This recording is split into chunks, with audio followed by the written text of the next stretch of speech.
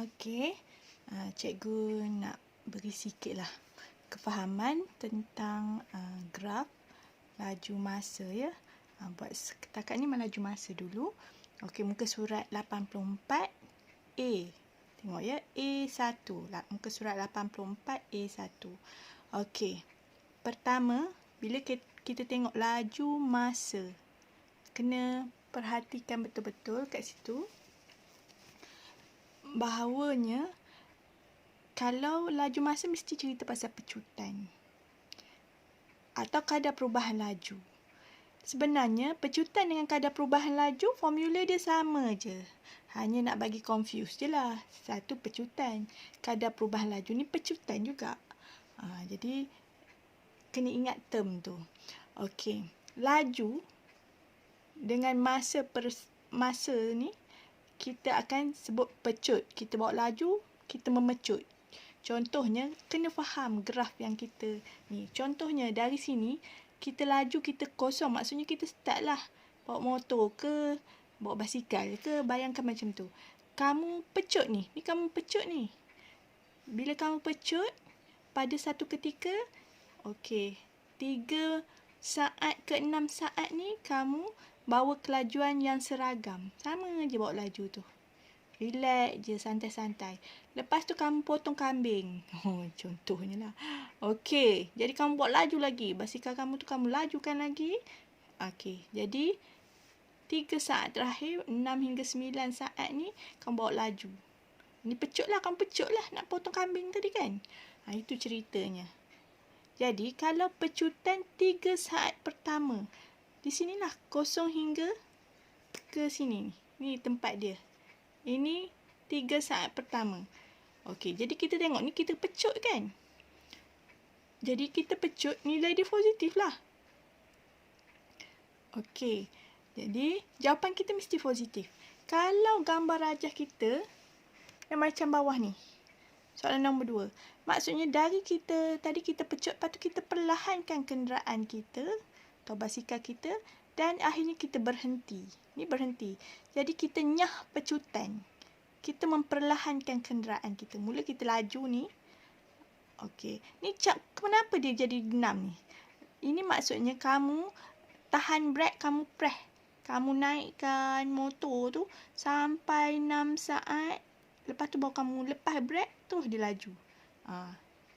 Berbeza dengan yang atas ni. Dari kosong kamu bawa makin laju. Lepas tu kamu bawa seragam, lepas tu kamu bawa laju, lepas tu accident. Gitulah kononnya. Dia ambil graf pada ketika itu. Kalau yang bawah ni, maksudnya kamu bawa laju, lepas tu kamu perlahankan kenderaan dan berhenti. Ni berhenti. Dalam keadaan zero balik. Yang ni, dia ambil graf separuh dari perjalanan lah. Yang kat atas ni. Jadi kamu faham dulu. Graf tu penting. Apa cerita tentang graf. Okey.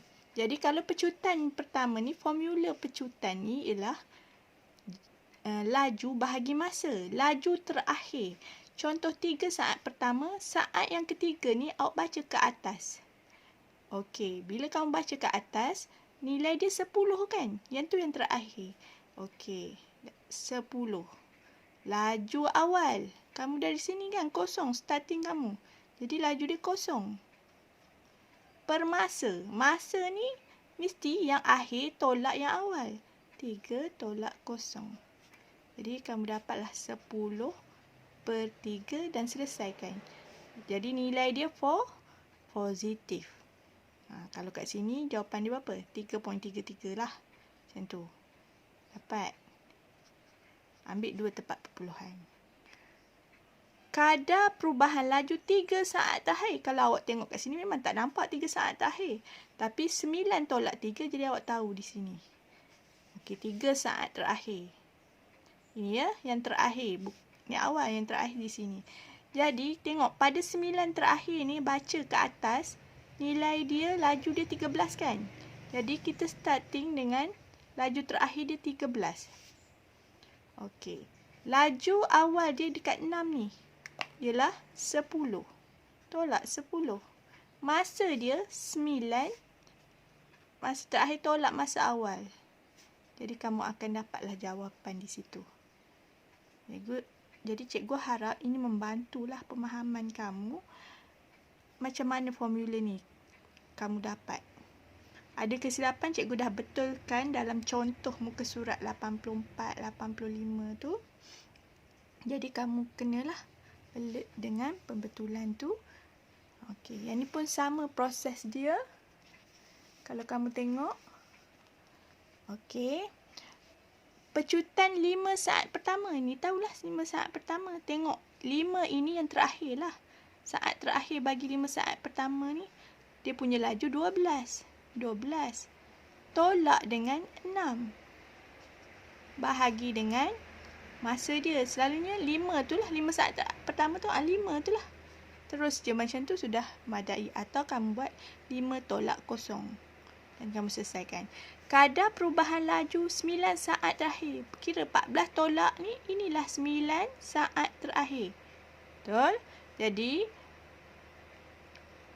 pada 14 ni, yang terakhir ni, saat yang terakhir 14 ni, apa laju dia? 0. Jadi, 0 tolak dengan laju awal dia. Tengok pada 5 saat pertama ni, ialah 12. Bahagi dengan masa dia tu.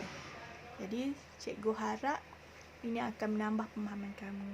Selamat mencuba.